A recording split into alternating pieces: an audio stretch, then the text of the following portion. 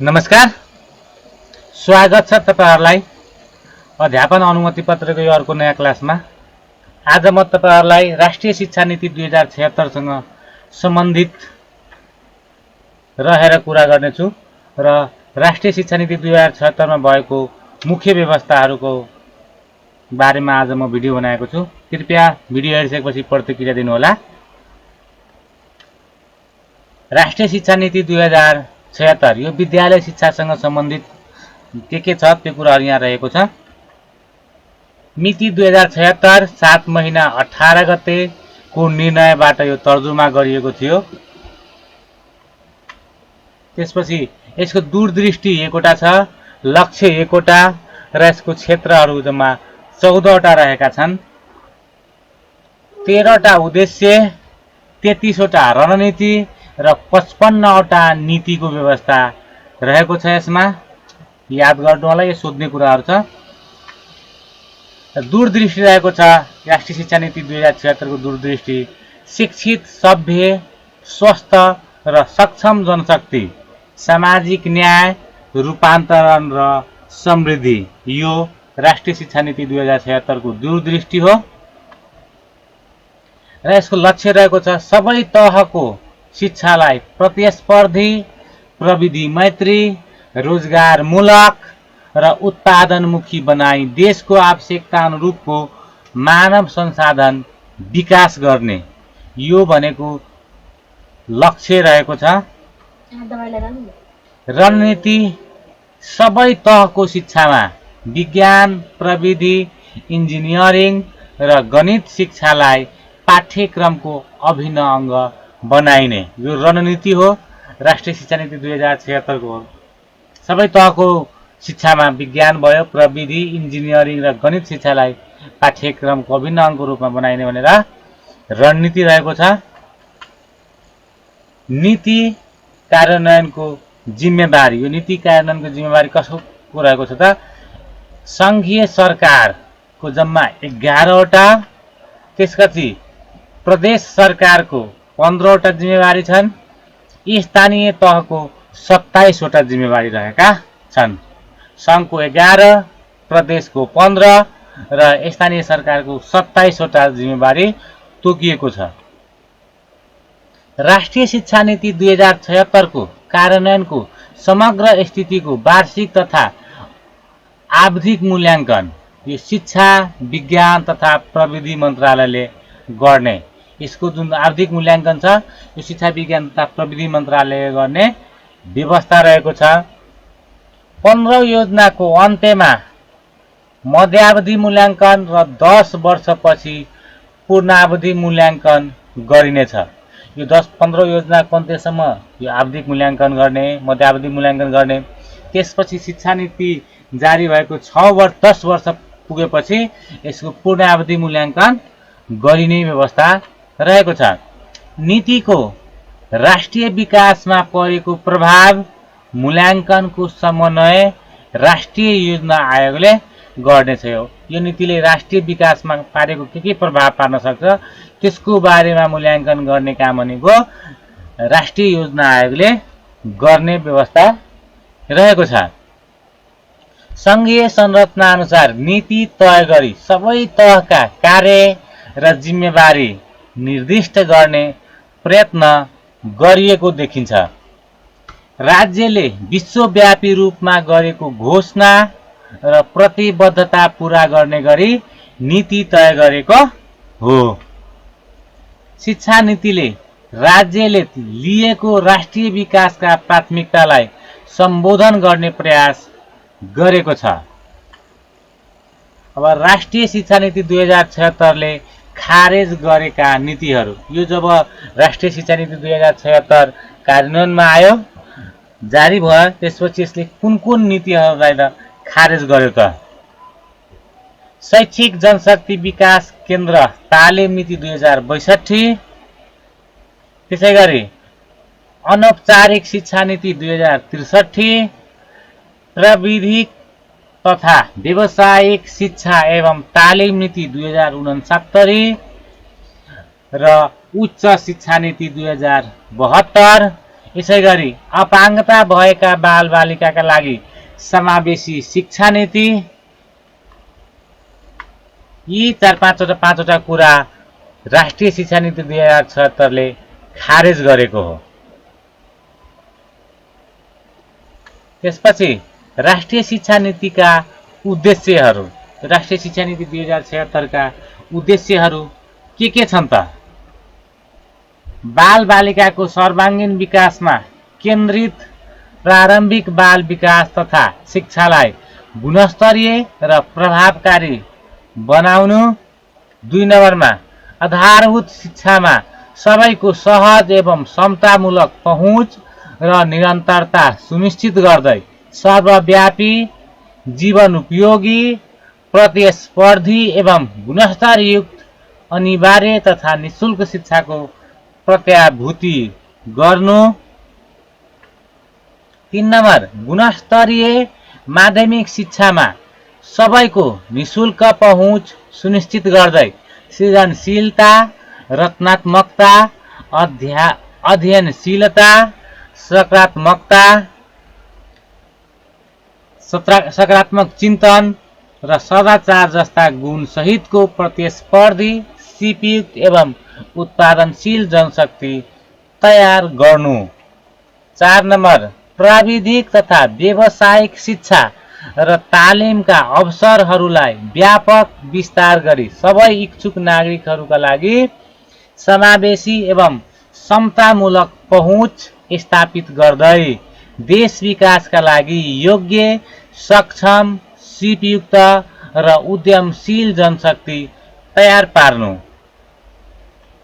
5 number ज्ञानमा आधारित समाज र अर्थतन्त्र निर्माणका लागि उच्च शिक्षाको पहुँच र गुणस्तर अभिवृद्धि गरी विभिन्न क्षेत्रहरूमा सक्षम नेतृत्व प्रदान गर्न सक्ने योग्य, दक्ष, वैज्ञानिक, नवप्रवर्तनात्मक, अन्तर्राष्ट्रिय स्तरमा प्रतिस्पर्धी र अनुसन्धानमुखी मानव संसाधन विकास गर्नु। अर्को रहेको छ नेपाललाई पूर्ण साक्षर मुलुक तुल्याई अनौपचारिक, वैकल्पिक, परम्परागत र खुल्ला शिक्षाका माध्यमबाट आजीवन सिकाइ संस्कृतिको विकास गर्नु। अर्को सबै प्रकारका अपाङ्गता भएका व्यक्तिका लागि गुणस्तरीय शिक्षाको पहुँच सुनिश्चित गरी जीवन प्रयत्न शिक्षाका माध्यमबाट मर्यादित जीवनयापन गर्न सक्षम र प्रतिस्पर्धी नागरिक तयार पार्नु। 8 नम्बरमा छ शिक्षा प्रणालीका विभिन्न अवयवहरूमा रहेर सेवा प्रवाह गर्ने जनशक्तिलाई उत्कृष्ट नतिजा प्रदर्शन गर्न, उनीहरूको पेशागत योग्यता, सक्षमता, इमानदारीता, प्रतिबद्धता र जवाबदेहिता सुनिश्चित गर्दै शैक्षिक सुशासन कायम गर्नु।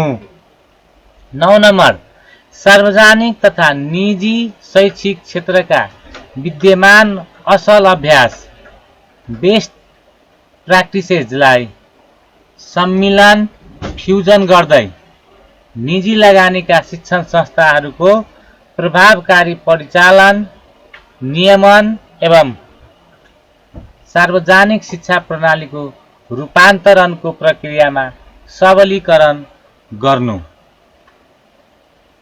10 नम्बर राष्ट्रिय तथा अन्तर्राष्ट्रिय अनुभव तथा अभ्यास समेतका आधारमा शैक्षिक गुणस्तर, मानक तथा मापदण्ड तयार गरी सबै तह र प्रकारका शिक्षाको गुणस्तर अभिवृद्धि गर्नु। 11 औपचारिक फर्मल, अनौपचारिक नन फर्मल र अनैतिक इन्फर्मल शिक्षाबीच अन्तर सम्बन्ध स्थापित गरी योग्यताको समकक्षता, इक्विभ्यालेन्सी, गतिशीलता, मोबिलिटी र परम्परागत पारगम्यता, पर्मिएबिलिटी सुनिश्चित गर्दै राष्ट्रिय योग्यता प्रारूपमा आधारित शिक्षण प्रणाली विकास गर्नु। अर्को, शिक्षा प्राप्तिको संवैधानिक र कानुनी दायित्व पूरा गर्न राष्ट्रिय प्राथमिकताका आधारमा पर्याप्त सफिसियन्सी, समन्यायिकता, इक्युटाबिलिटी र प्रतिफलमुखी बेस्ट भ्यालु फर मनी हुने गरी शैक्षिक लगानी सुनिश्चित गर्नु। 13 नम्बर, व्यक्तिमा वैज्ञानिक चिन्तन र व्यवहार विकास गर्न विज्ञान तथा प्रविधिलाई शिक्षा प्रणालीमा एकीकरण गर्दै परम्परागत एवं आधुनिक प्रविधिलाई राष्ट्रिय विकासका लागि उपयोग गर्न सक्ने क्षमता विकास गर्नु। अब यहाँ शिक्षा नीतिहरू थियो 13 वटा। अब अर्को रहेको छ राष्ट्रिय शिक्षा नीतिका रणनीतिहरू। अब नीतिहरू थिए 13 वटा, त्यसरी रणनीतिहरू छ यहाँ। यसको बारेमा हेरौँ। पूर्वाधार सहितको कम्तीमा 1 वर्षको बाल मैत्री प्रारम्भिक विकास बाल विकासको अवसर विस्तार गर्ने। 2 मा छ अनिवार्य तथा निशुल्क आधारभूत शिक्षाको प्रत्याभूति गर्न उत्प्रेरणामूलक उपायहरू अवलम्बन गर्ने। माध्यमिक तहसम्मको शिक्षामा सबैको पहुँच सुनिश्चितता गर्न औपचारिक, अनौपचारिक र वैकल्पिक र खुला शिक्षा प्रणालीको अवलम्बन गर्ने। प्राविधिक तथा व्यावसायिक शिक्षा र तालिममा पिछडिएको वर्ग, क्षेत्र र समुदायलाई समेट्न विशेष सहुलियत दिने नीति अख्तियार गर्ने। अर्को रणनीति रहेको छ खुला एवं दूर शिक्षा मार्फत उच्च शिक्षामा पहुँच अभिवृद्धि गर्ने। अर्को, उच्च शिक्षा प्रदायक संस्थाहरूको स्थापना, सञ्चालन, नियमन र व्यवस्थापनलाई प्रभावकारी बनाउन विद्यमान कानुनी तथा संस्थागत संयन्त्रको पुनः संरचना गर्ने। अर्को, उच्च शिक्षा प्रदायक संस्थाहरूको गुणस्तर अभिवृद्धि गरी राष्ट्रिय आवश्यकता एवं अन्तर्राष्ट्रिय मान्यता र प्रचलन अनुरूप हुने गरी सान्दर्भिक बनाउने।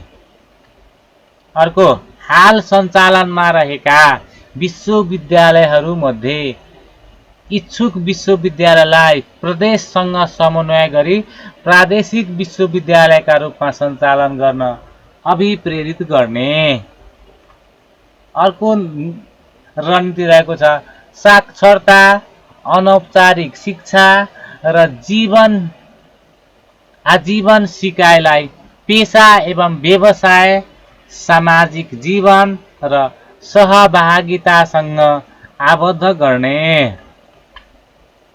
यसैगरी भौतिक पूर्वाधार, पाठ्यक्रम तथा पाठ्य सामग्री, शिक्षण सिकाइ प्रक्रिया र मूल्याङ्कन प्रणालीलाई समावेशी एवं अपाङ्ग मैत्री बनाउने। अर्को रणनीति रहेको छ अपाङ्गता भएका बालबालिकाहरूको आवश्यकता र समावेशीकरणको सिद्धान्तका आधारमा विशेष शिक्षा र समावेशी शिक्षाका माध्यमबाट उपयुक्त शैक्षिक अवसरहरू उपलब्ध गराउने। त्यसैगरी विद्यालय शिक्षा, प्राविधिक तथा व्यावसायिक शिक्षा र उच्च शिक्षामा अध्यापन वा प्रशिक्षण गर्ने जनशक्तिको सक्षमता, परीक्षण र तालिमलाई अनिवार्य गर्ने। अर्को रणनीति रहेको छ विद्यालयमा विषयगत शिक्षाको सुनिश्चित गर्न साथै शिक्षाको तयारी, प्राप्ति, विकास र उपयोग प्रणालीमा सुधार गरी विद्यालय शिक्षाको गुणस्तर अभिवृद्धि गर्ने। अर्को, विश्वविद्यालयबाट उत्कृष्ट नतिजा प्राप्त गरेका मेधावी विद्यार्थीहरूलाई शिक्षण पेशामा आकर्षित गर्ने। सङ्घ, प्रदेश र स्थानीय स्तरमा अनलाइनमा आधारित एकीकृत शैक्षिक सूचना व्यवस्थापन प्रणाली, integrated educational management information system IEMS को सुदृढीकरण गर्ने। यसै गरी सबै तह र प्रकारको शैक्षिक गुणस्तर अभिवृद्धिका लागि शिक्षण संस्थाहरूको प्रभावकारी अनुगमन, निरीक्षण तथा मूल्याङ्कनको व्यवस्था गर्ने।